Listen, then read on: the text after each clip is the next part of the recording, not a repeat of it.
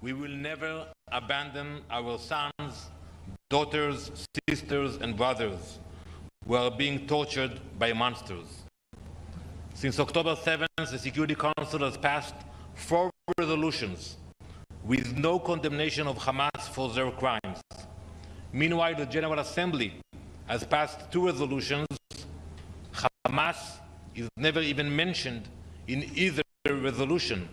They vaguely mention the release of those held captive, but fail to identify the Hamas monsters who took them. Today, I will demand that the Security Council adopt a clear and unequivocal resolution. This should not require negotiations or deliberations. The Council has a moral obligation to adopt a very simple resolution that condemns Hamas, their atrocities, designates them as a terrorist organization, and demand the release of the hostages. Thank you. Thank you, Ambassador. I'm Sherry Fitcherton from Anadolu Agency. I would just like to ask you about the latest situation on the hostage deal and ceasefire talks. Prime Minister Netanyahu has been criticized by many, including President Biden, for not doing enough, and the protesters in Israel, some of them, are also blaming the Prime Minister for not wanting to reach a deal. Are you disappointed by this criticism, or do you not take it into consideration at all? And could you elaborate on the latest situation on the talks? Thank you. Well, first, I'm proud to be in a strong democracy, that one is allowed to demonstrate and to criticize the government. We haven't seen any demonstrations in Gaza since October 7th, and I'm sure you have a lot of people who are not happy with what's happening there. But let's speak about the facts regarding the ceasefire proposals. On May, the US presented a draft agreement. We said yes, Hamas said no. In August, it happened again. The US put another draft. We said yes, Hamas said no. So I think the blame is on Hamas, not on the Prime Minister and not on the Israeli government. Yes, please. Yes, Ambassador, Shudaj with China Central Television. I have 2 questions, but first, sorry for the loss of 6 lives. But how would this tragic event impact? Will you still have this negotiation going on, and will there be any terms changes?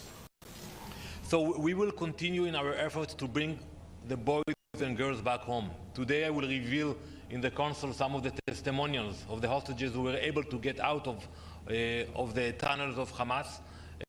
We will pray and we will fight to bring them back. So we will continue both the military action to find them, but also we will continue with negotiations because we are determined to bring them back home. But Ambassador, here's the thing. I mean, Prime Minister Netanyahu says many times that the target for the military operation in Gaza is to eliminate the capacity of Hamas. While you're still having the negotiation with Hamas, can you elaborate a little bit why Hamas would engage a negotiation that even they had a deal, they were still doomed to be eliminated? No, for the future of Gaza and the future of Israel, Hamas will not be in presence in the near future.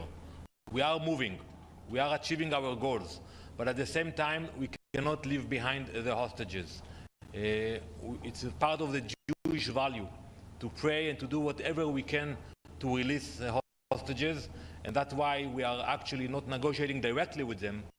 We do it through the US, Qatar, and Egypt, but we know that we are sending messages to Hamas because we see the faces of the hostages in front of our eyes every day.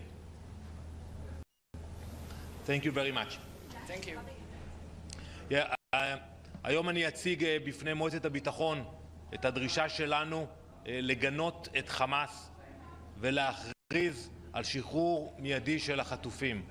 לא ייתכן שהעצרת הכללית של האו"ם ומועצת הביטחון ידונו רק בנושאים שקשורים לסבל של הפלסטינים בעזה ולא ידברו על מה שקורה לחטופים שלנו. אני מודה לארצות הברית, צרפת ובריטניה שכינסו את הדיון החשוב הזה היום, אבל זה לא מספיק. אנחנו דורשים החלטה שמגנה את חמאס ודורשת את שחרור החטופים. לא נשב בשקט עד שנשיב את כולם הביתה. תודה רבה.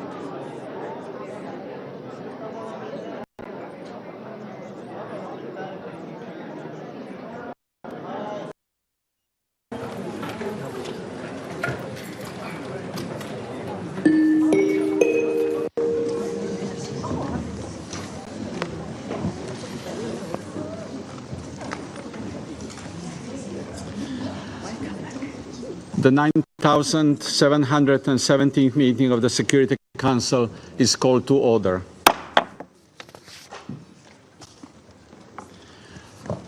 I should like to take this opportunity to pay tribute on behalf of the Council to our colleague, His Excellency Ms. Michael Imram Kanu, for his service as President of the Council for the month of August. I'm sure I speak for all members of the Council in expressing deep appreciation to Ambassador Kanu and his team for the great diplomatic skills with which they conducted the Council's business last month. The Council engaged in several key discussions while at the same time sailed smoothly through the month. The provisional agenda for this meeting is the situation in the Middle East, including the Palestinian question. The agenda is adopted. In accordance with the Rule 37 of the Council's Provisional Rules of Procedure, I invite the representative of Israel to participate in the meeting. It is so decided.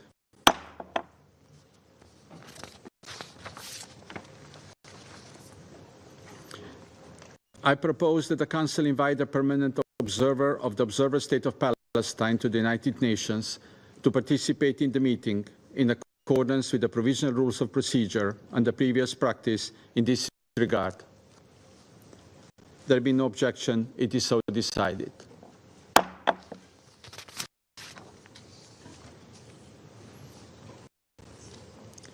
In accordance with Rule 39 of the Council's Provisional Rules of Procedure, I invite the following briefers to participate in this meeting. Ms. Rosemary DiCarlo, Under-Secretary General for Political and Peacebuilding Affairs. Ms. Eden Vasorno, Director of Operations and Advocacy, Office of the Coordination of Humanitarian Affairs. Dr. Efrat Braun-Harlev, Director of Schneider Children's Medical Center. And Ms. Yuli Novak, Israeli human rights activist and Executive Director of B'Tselem. It is so decided.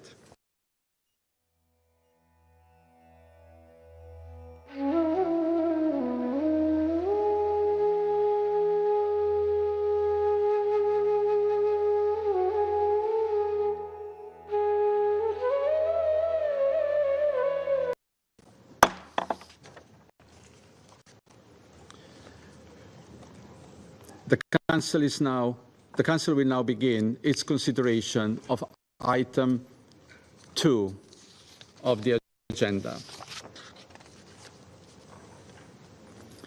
I would like to remind everyone that this is an official meeting of the UN Security Council.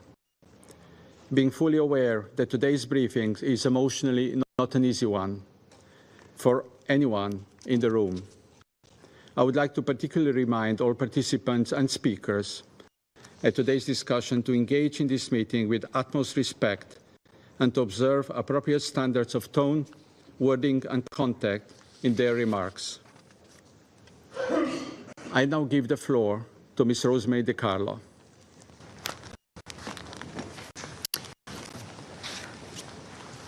Thank you, Mr. President.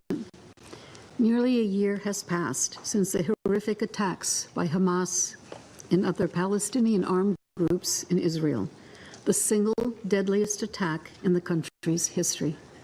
Over 1,250 Israelis and foreign nationals were killed, and around 250 individuals were abducted and taken into Gaza. A few days ago, we learned the heartbreaking news of the killing of 6 Israeli hostages, whose bodies were recovered by the Israeli Defense Forces in Gaza. I would like to extend my deepest condolences to the bereaved families. I met the loved ones of several hostages last November in Jerusalem, including the parents of Hirsch Goldberg Poet. I watched the shocking and heartbreaking video footage of his capture, images I will never forget. According to the Israeli government, the hostages had been shot multiple times at close range. They were killed by Hamas shortly before Israeli soldiers were able to reach them inside a tunnel in Rafah. Following the recovery of the bodies, Hamas announced that militants guarding hostages in buildings and tunnels of Gaza had new instructions to kill hostages before they could be recovered alive by Israeli forces. At least 101 hostages are still held in Gaza. They are still denied humanitarian visits. Accounts of released hostages and other reports indicate they are likely being held in horrific conditions, with some being subject to violence, including sexual violence and other forms of abuse. I echo the words of the Secretary General once again. All hostages must be released immediately and unconditionally. For as long as they are held in accordance with international legal obligations, they must be treated humanely and allowed to receive visits and assistance from the International Committee of the Red Cross. Mr. President, we need an immediate ceasefire.